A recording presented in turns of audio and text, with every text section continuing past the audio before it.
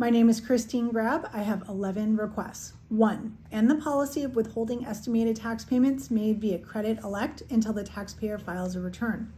This policy violates Revenue and Tax Code 19363, which says that no matter what date you filed the previous year's return, the credit elect must be applied on tax day, which is usually April 15th. FTB does not apply these payments in accordance with the law. Instead, FTB puts the credit elect money into suspense, which is a fancy word for the general slush fund. The credit elect money does not get moved from the slush fund until the taxpayer files that year's return.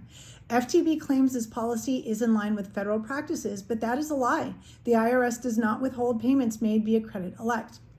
I believe that FTB's practice of keeping the taxpayer's money instead of timely applying it to the taxpayer's account is a federal crime of embezzlement per U.S. Federal Code 18, Section 654.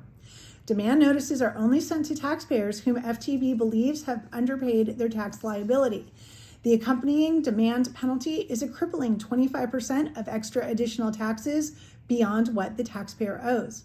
By temporarily embezzling the credit elect payment, FTB makes it falsely appear that the taxpayer's account was underfunded, and thus a demand penalty is falsely imposed. The false imposition of penalties as a result of FTB's own unlawful embezzlement is the federal crime of racketeering per the RICO Act, 18 USCA, Section 1961 et Esc. 1970. If a taxpayer is single, FTB will apply the credit elect to the taxpayer's account after the demand notice has gone out, but they are still on the hook for the false penalties. However, married couples are double racketeered. FTB refuses to apply monies to married people's account until the return is filed. In addition to the false penalties, FTB demands overpayments of estimated tax monies that would not have been due had the original estimated tax payments been applied in accordance with the law. This second ploy to collect extra funds from married people is also the federal crime of racketeering. In my OTA appeal, FTB never denied this withholding practice is unlawful. FTB has yet to deny it in the case now pending in Superior Court. FTB's disclosure department denies this practice exists. I would like an explanation as to why the different departments give me conflicting information. 2. End the policy of withholding estimated tax payments from married couples. It is not only credit elects that are withheld from married couples, all estimated tax payments made by married couples are withheld. If a married couple files late, they are double racketeered, as I just described. FTB claims this policy is in line with federal practices, but that is a lie. The IRS does not withhold estimated tax payments made by married couples. The tax code says that joint estimated tax payments can be apportioned in any manner that the spouses agree upon. By not giving the spouses the opportunity to designate how much of the money is to be applied to each spouse, and instead withholding the payment altogether, FTB is committing the federal crime of embezzlement. Falsely making the taxpayer's account appear underfunded in order to falsely impose penalties is the federal crime of racketeering. FTB's disclosure department also denies that this practice exists. I would like an explanation as to why different departments give me conflicting information. 3, put amortization schedules on each bill showing how the interest for the billing period was calculated. In the documents that have come out through my court cases, I have caught FTB overcharging me interest 9 different times via 4 different mechanisms.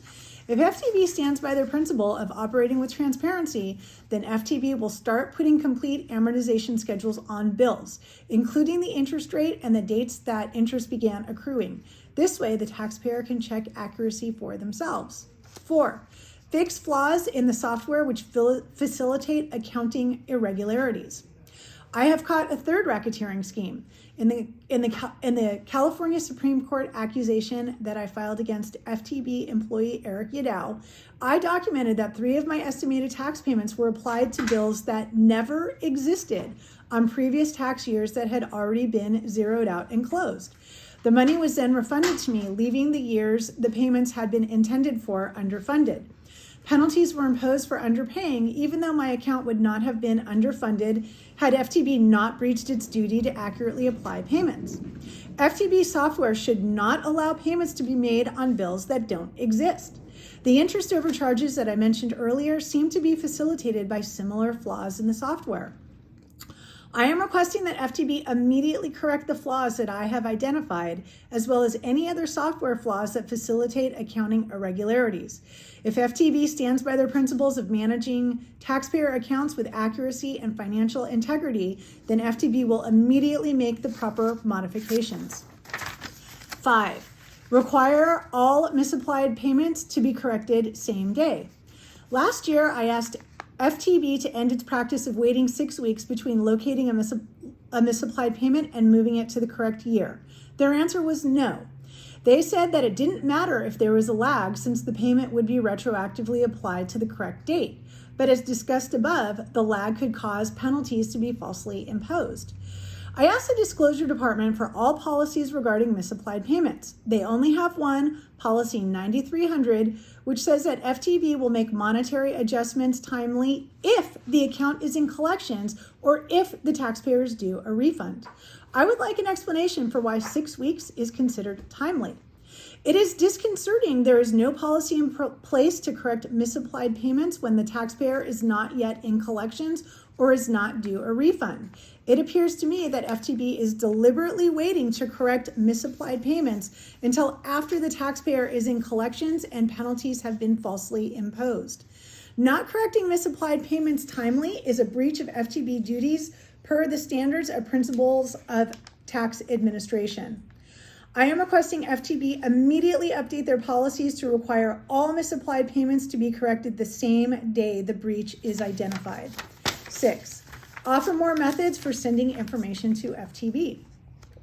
In my California Supreme Court accusation, I detailed that a critical component of the 3 racketeering schemes is to limit written communications from taxpayers to be only via fax. Faxing is an antiquated technology. Most businesses got rid of their fax machines at the turn of the century, and most individuals never had a fax machine. Fax services are difficult and expensive to access for most of us. This fax-only policy disproportionately affects those of low socioeconomic status, the group that can least afford to pay false penalties. Regular mail is not an option because FTB has a 90-day backlog on responding to mail. By the time FTB addresses the correspondence, the deadline has already expired and the penalties already imposed. And yet this missed deadline is considered the taxpayer's fault, even though the correspondence had been sent timely. I am requesting that FTB open and process postal mail the same day that it arrives. I am also requesting that FTB make it easier for taxpayers to use the secure email service that is already in place. 7. Remove final and payable clause from the notice of proposed assessment. In the speech that I made last year, I mentioned that FTB has a strange internal vocabulary that does not match standard use English. One of the examples that I cited is that FTB calls a dispute to a notice of proposed assessment a no response. As I was working on my court case, I noticed the MPA contains a clause that says, this proposed assessment becomes due and payable on date unless we receive your tax return or your protest of this proposed assessment. I realized that falsely mischaracterizing a dispute as a no response is actually a tool that FTB uses to falsely impose demand penalties. Rather than just asking FTB to properly identify NPA disputes, I am asking that this clause be removed from the NPA entirely. This clause is unfair for many reasons. The first is that FTB has an established track record of sending mail to old addresses. The taxpayer is either delayed in receiving the notice or never gets the notice at all, rendering them unable to dispute the NPA timely. The second is that FTB makes it difficult to file a dispute by not opening their own mail timely and habitually losing faxes. So even when the taxpayer does respond timely, penalties are still falsely imposed because of FTB's own incompetence. 8. FTB's policy should be that all requests are approved unless a written denial is formally issued. In the speech that I made last year, I mentioned that FTB has a strange internal vocabulary that does not match standard use English. One of the examples that I cited is that when FTB ignores correspondence, they call it turning down the correspondence. Last year, I also requested that FTB make it a policy to always issue denial letters on correspondence. FTB's current policy is that issuing denial letters is unnecessary because the taxpayer should know that if they don't get a letter, that means the request was denied. Last year, FTB gave an evasive answer that did not adequately address my request. So this year, I'll be clearer. I am requesting that you immediately change FTB's policy so that if a written denial is not issued, the request is considered granted. FTB's lack of issuance of denial letters is another tool to falsely impose penalties. By not responding to correspondence timely, taxpayers are unclear about what is happening on their account. By the time the taxpayer has figured out their request was denied, the clock has run out on the follow-up steps. 9. Move the taxpayers' advocates to work for GovOps. Having the taxpayer advocates employed by the taxation agencies they are supposed to be protecting taxpayers from is a conflict of interest. It is not fair to the advocates to be placed in a position of divided loyalties. This can be corrected by changing their employer to GovOps. Likewise, the Tax Appeals Assistance Program should also be moved to GovOps. This crucial free student attorney program is currently administered by the same agencies that TAP attorneys are fighting against in court. It is no coincidence that TAP attorneys usually lose. 10. Please re-record your automated system with a more pleasant voice and better music. In closing, I would like to remind every FTB employee that my boss told me to is not a valid legal defense. Eric Yadow and Susan Maples are currently facing criminal charges.